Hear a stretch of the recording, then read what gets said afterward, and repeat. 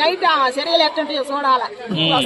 అంటే మనకు కిచెన్ ఇస్తేనే అంతగానో మార్చింది కదా, ఇప్పుడు డైరెక్ట్ కెప్టెన్సీ ఇచ్చేసారి ఎలా ఉంటది అంటారు మరి? ఎలా ఉంటుందో చూడాలి మరి. ఇంక మనం చూడలేదుగా, ఇప్పుడు నుంచి చూస్తే మరి ఆ హోదా ఎట్టుంటుందో చూడాలి. బాగా దర్జాగా రాణి హోదాలో వచ్చి కూర్చుంది, బాగుంది, చూడాలి. చూస్తే కానీ చెబుతాం అంతా. ఇమాన్యుల్ గేమ్ ఎలా? ఇమాన్యుల్ గేమ్ బాగానే ఉంది. ఇప్పుడు రాణి రాజులు ఇచ్చారు కదా బిగ్ బాస్ వారు, అది మాత్రం బేభత్సంగా ఉంది అనమాట. అందరికి చూసే వాళ్ళకి ఎంటర్టైన్మెంట్, ఫుల్ ఎంటర్టైన్మెంట్. ఎవరు ఎక్కువ ఎంటర్టైన్ చేశారు ఆ టాస్క్ లో? ఆ టాస్క్ లోన ఇమానీలు, సుమన్ శెట్టి గారు, బర్నీ గారు. బర్నీ గారు సుమన్ శెట్టి గారు కళ్ళల్లో కళ్ళు పెట్టుకో దగ్గర చూసుకుంటారు కదా, ఎలా అనిపించింది అది మీకు?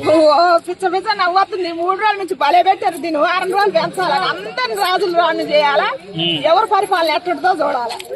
మరి ఈ రోజు కానీ మన తనుజ గారు పరిపాలన ఎట్టుంటుందో చూడాలి. సో దివ్య గారు కావాలని చెప్పి బర్నీ గారితో అన్ని సేవలు చేయించుకున్నారని అంటున్నారు, మీరేమంటారు? కావాలని కాదు కానీ టాస్క్ పరంగా రాణి హోదాలో న్యాయం చేసింది.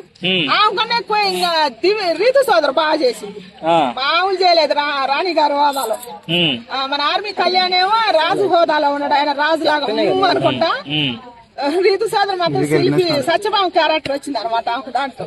ఈ వీక్ ఎవరు ఎలిమినేట్ అవుతారంటారు మీ పరంగా? ఈ వీకా నేను ఈ వీక్ మరి ఎవరినని చెప్పాలి, పాపం అందరు బాగానే ఆడుతారు. నిఖిల్ ఉన్నాడు, గౌరవ్ బాగా ముద్దుగా. ఆ రాణి ఉంది, ఆ రాణి వచ్చింది. ఒక్క నిమిషం, ఆయన బాగా ముద్దుగా చెప్పిండు. మరి ఆయన నిఖిల్ గారు ఎలిమెంట్ అయితేనేమో అనుకుంటున్నాను. ఎందుకు అట్లా బాగా ఆడతలేరా నిఖిల్ గారు? గేమ్ ఆడతలే కానీ కొంచెం ఎంటర్టైన్మెంట్ తక్కువ. ఏనేం భాష రాకపోయినా కూడా ఎంటర్టైన్మెంట్ ట్రై చేస్తున్నారు. థ్యాంక్స్ అమ్మా. మీ బాబు రాలేదండి ఈరోజు?